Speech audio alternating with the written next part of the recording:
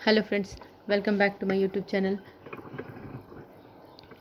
आज चैप्टर संविधान में अनुच्छेद अनुसूची और संविधान संशोधन का ये तीसरा क्लास है, जिसमें हमने 30 क्वेश्चन कर लिए थे। आज 30 क्वेश्चन से हम आगे बढ़ेंगे और जो हमारा 31st क्वेश्चन है वो है निम्नलिखित युग्मों पर विचार कीजिए, जिसमें कि इसको मैच करके बताना है कि 51वां संविधान संशोधन अधिनियम 2003 इसके बारे में कह रहा है कि 8वीं अनुसूची में 4 और भाषाएं सम्मिलित की गई। तो ऐसा कुछ नहीं है। जो 51वां संविधान संशोधन है इसमें मंत्रिपरिषद के आकार को सीमित किया गया था, और जो ये 92वां संशोधन है उसमें 8वीं अनुसूची में 4 और भाषाएं को सम्मिलित किया गया था। तो ये दोनों ही ऑप्शन गलत है। नेक्स्ट है हमारा 52वां संशोधन अधिनियम 1985, जो कि दल बदल के आधार पर अयोग्य घोषित करना। हाँ, तो ये बिल्कुल सही है, तो इसलिए हमारा ऑप्शन 3 होगा। नेक्स्ट है 6ठी अनुसूची के अंतर्गत जनजातीय क्षेत्रों के प्रशासन के संबंध में निम्नलिखित में से कौन से कथन सही है।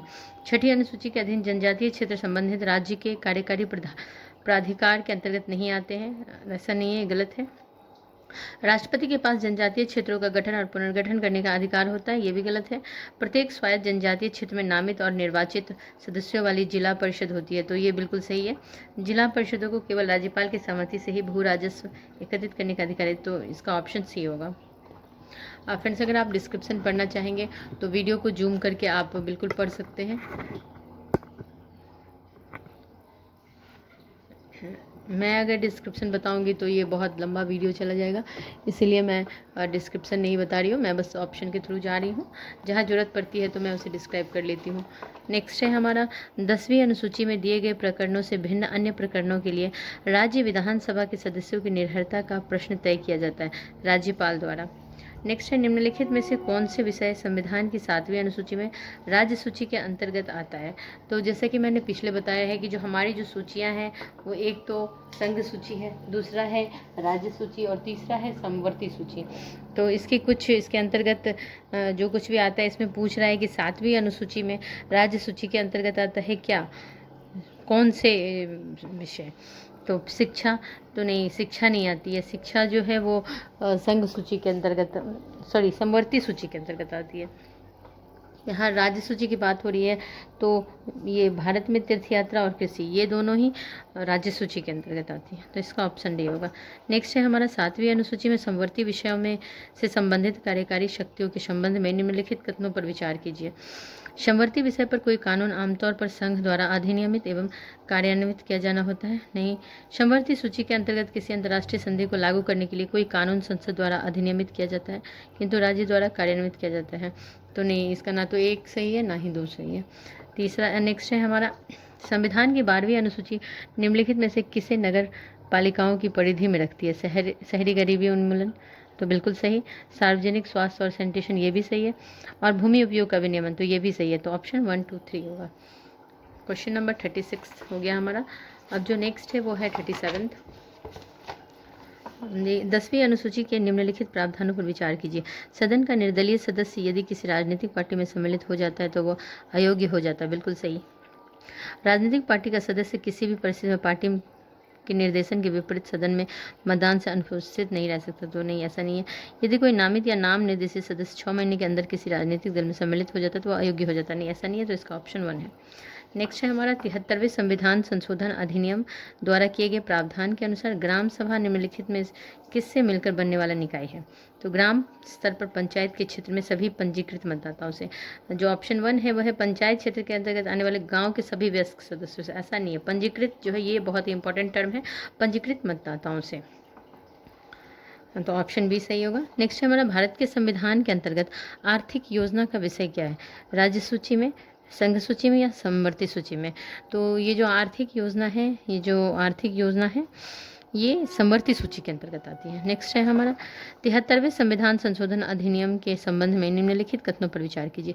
इसने भारत के संविधान में एक नया भाग और एक नई अनुसूची प्रविष्ट किया, तो ऐसा नहीं है। इसने लोकतांत्रिक विकेंद्रीकरण की प्रक्रिया को बढ़ावा दिया है।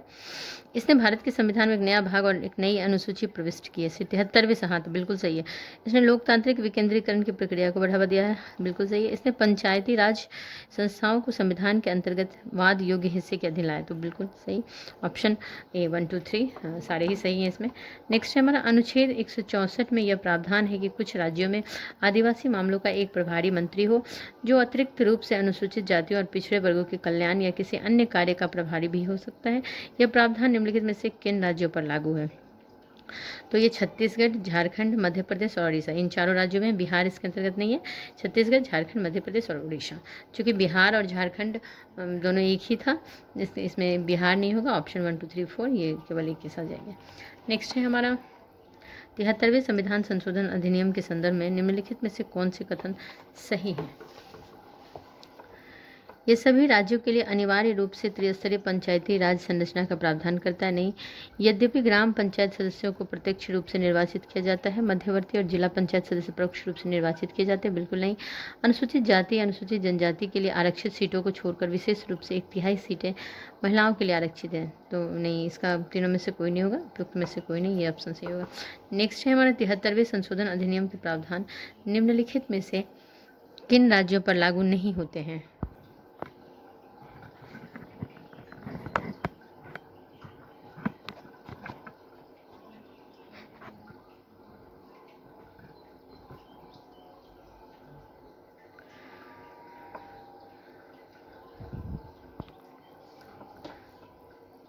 मेघालय, मिजोरम, नागालैंड इसके अंतर्गत, तो ऑप्शन डी सही है। नेक्स्ट है हमारा 73वें संविधान संशोधन अधिनियम के अनुसार ग्राम स्तर पर पंचायत का अध्यक्ष निम्नलिखित में से किस प्रकार निर्वाचित किया जाता है? तो नेक्स्ट है हमारा निम्नलिखित संविधान संशोधन अधिनियम में से किस एक के अंतर्गत भारत के संविधान के 8वीं अनुसूची में 4 भाषाएं जोड़ी गई, जिससे उनकी संख्या बढ़ाकर 22 हो गई। ये 4 भाषाएं की बात हो रही है। तो इसमें कौन कौन 8वीं अनुसूची में 4 भाषाएं जोड़ी गई है? तो इसका सही होगा कि 92वां संविधान संशोधन में पूछ रहा है कि कौन सा, तो 92nd जो है उस संशोधन में इस 4 भाषाओं को जोड़ा गया है। पीछे भी हमने पढ़ा था, जो हमें मिलान करना था, तो मैंने कहा था कि 92nd जो संशोधन हुआ था उसमें 4 भाषाओं को 8वीं अनुसूची में जोड़ा गया था। नेक्स्ट है हमारा भारत में, तो इसका सही आंसर ये होगा, सी। भारत के संविधान की किस अनुसूची में विभिन्न राज्यों में अनुसूचित क्षेत्रों के प्रशासन और नियंत्रण के लिए विशेष उपबंध है? तो ये 5वीं अनुसूची में, 5वीं अनुसूची में क्षेत्र के प्रशासन और नियंत्रण के लिए विशेष उपबंध है।